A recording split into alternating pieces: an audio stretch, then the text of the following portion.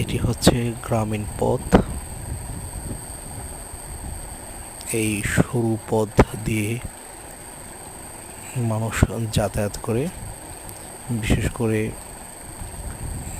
এই গ্রীষ্মকালে এবং বর্ষাকালে দুপাশে সবুজ ফসলি মাঠ এবং সবুজ ঘাসে মনোরম একটি দৃশ্য এখানে দেখা যায়।